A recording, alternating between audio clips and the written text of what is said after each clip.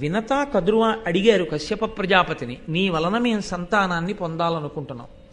ఇప్పుడు కశ్యప ప్రజాపతి అన్నాడు, తప్పకుండా మీకు ఎటువంటి సంతానాన్ని పొందుదామనుందో నాకు చెప్పండి.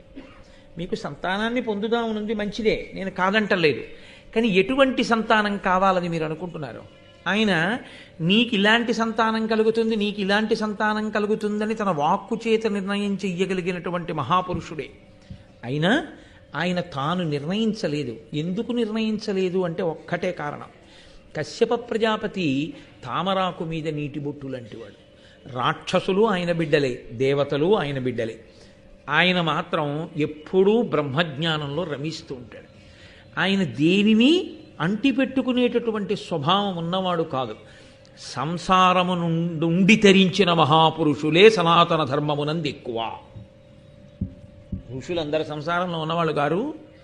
కాబట్టి కశ్యప ప్రజాపతి అటువంటి వాడు కనుక తన పత్నులను అడిగాడు, మీకు ఎటువంటి సంతానం కావాలని మీరు కోరుకుంటున్నారు అంటే, కద్రువ మొట్టమొదట కోరుకుంది, అనలతేజులు దీర్ఘతేహులునైన ఎట్టి తనూజులన్ వినుత సత్వుల కోరె కద్రువ వీవురం కడువేట్కతో వినత కోరె సుపుత్రులన్ భుజవీర్యవంతుల వారికంటెను బలాధికులైన వారి కడింది వీరుల నిద్దరం.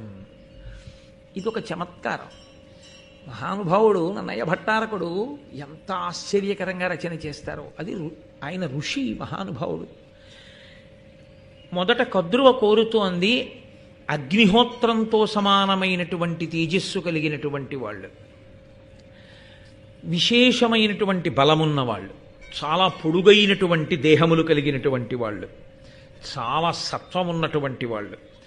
నాకు అనేక మంది సంతానం కావాలి. ఆయన ఒక చిరునవ్వు నవ్వాడు. ఇలా వినత వంక తిరిగాడు. ఇందులో మనస్థితి అని మళ్ళీ ఒక మాట ఉంటుంది.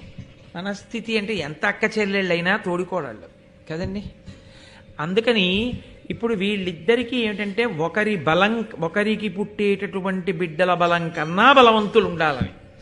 కద్రువ ముందే ఏమనుకుందంటే 1000 మంది పిల్లలు, దీర్ఘదేహులు, అంత పొడుగైన శరీరం ఉన్నవాళ్ళు, అంత గొప్ప తేజస్సు ఉన్నవాళ్ళు, అంత బలం